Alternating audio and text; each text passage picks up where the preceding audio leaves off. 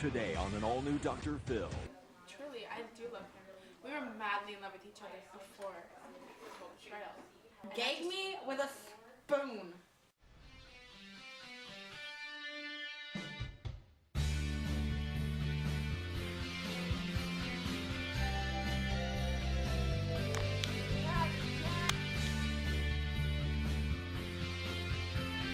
I'm the older sister. I get married first. That's the way it goes. So, how was your trip?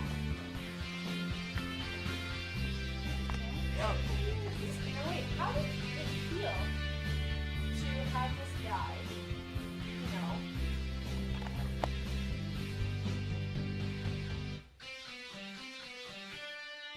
Hi, and welcome to the Dr. Phyllis Show. I'm Dr. Phyllis, and on today's show we will be interviewing 4 different women on the topic of Judaism. These 4 women are the matriarchs of the Torah, and their names are Rebecca, Rachel, Sarah, and Leah. Today, we'll be looking at the women behind the Torah. Now, help us welcome Sarah, whose story is full of glorious amounts of hope. Myself, alongside my husband Abraham, have dedicated our lives to worshiping God and sharing our knowledge of God and His Word with others. I was unable to have children, so I gave my husband my blessing to conceive a child with my maid and servant Hagar, who had a son, Ishmael. But I wasn't too happy about that, so God blessed me with a son at the age of 90. I was 90 and I didn't think I was going to be able to have a son. But I did, and I had Isaac. I am known in the Torah as a matriarch because for my intellectual preciseness and my good actions, and for God choosing me to start the lineage of royal and holy people.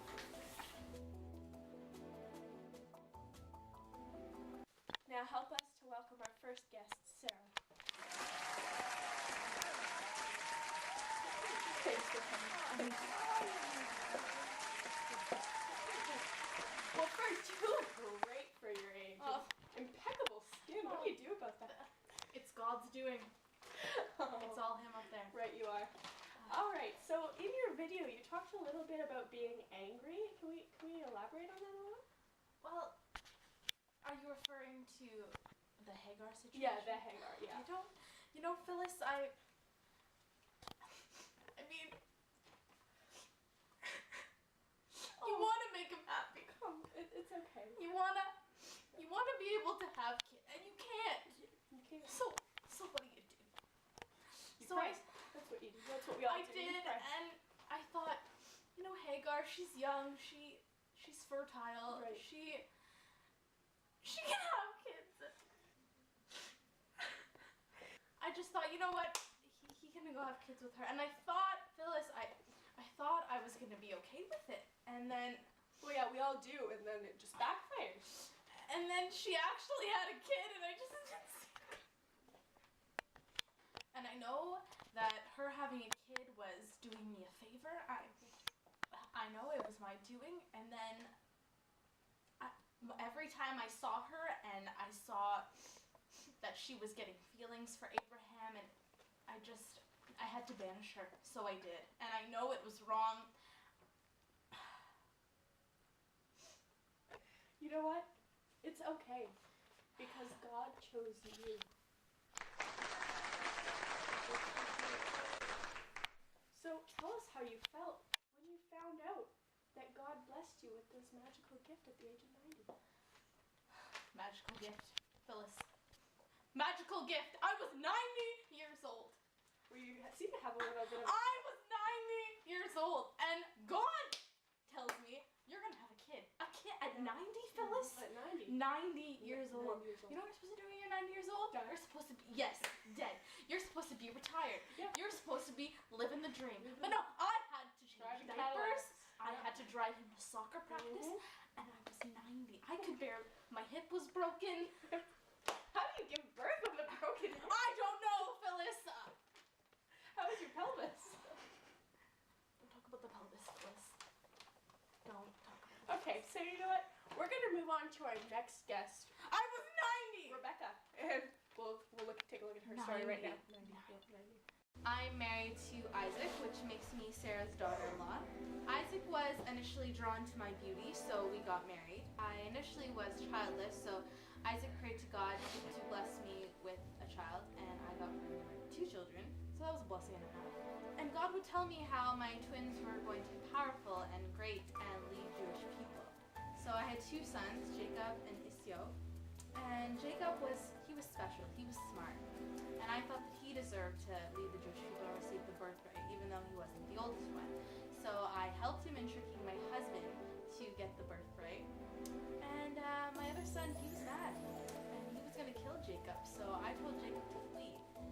And I knew it was wrong, but at the same time, I knew it was right because I knew that Jacob was the one to continue Judaism and lead the Jewish people. I am a matriarch because I contain knowledge and righteousness.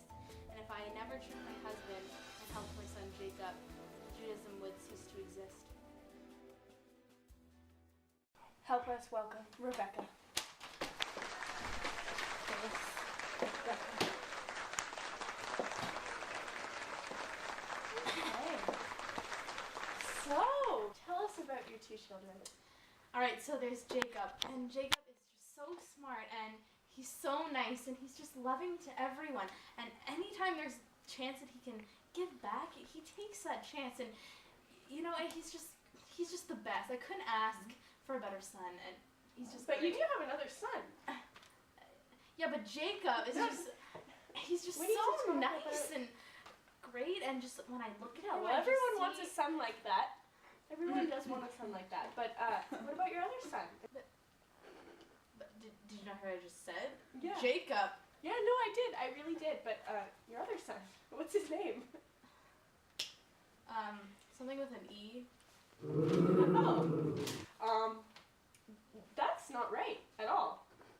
I mean, to be a mother, to be a parent. Yeah, but did you hear Yeah. about Jacob? I heard what you said. You need to man up, or woman up, I should say, and be a good mother. But he did not. He was going to ruin Judaism as much as we knew it. No, as much as you knew it. I'm So what were you feeling, when you tricked your husband? I mean, that isn't normal behavior of a woman of your time. Oh, I was fine with it. Really. I mean, come on. Yeah. It needed to be done, so I did it. You felt that you take full responsibility for what happened? For what you did to him? I mean, he was your son, and he's the father of your twins. He's gonna leave me, Dr. Phyllis. Isaac is gonna leave me just like my sons left me, and everyone's just leaving me. Am I not good enough? We have counseling sessions. I need a counselor. Okay, we'll get you one soon. All right. So our next matriarch up next is named. Let me know. It's okay. Rachel.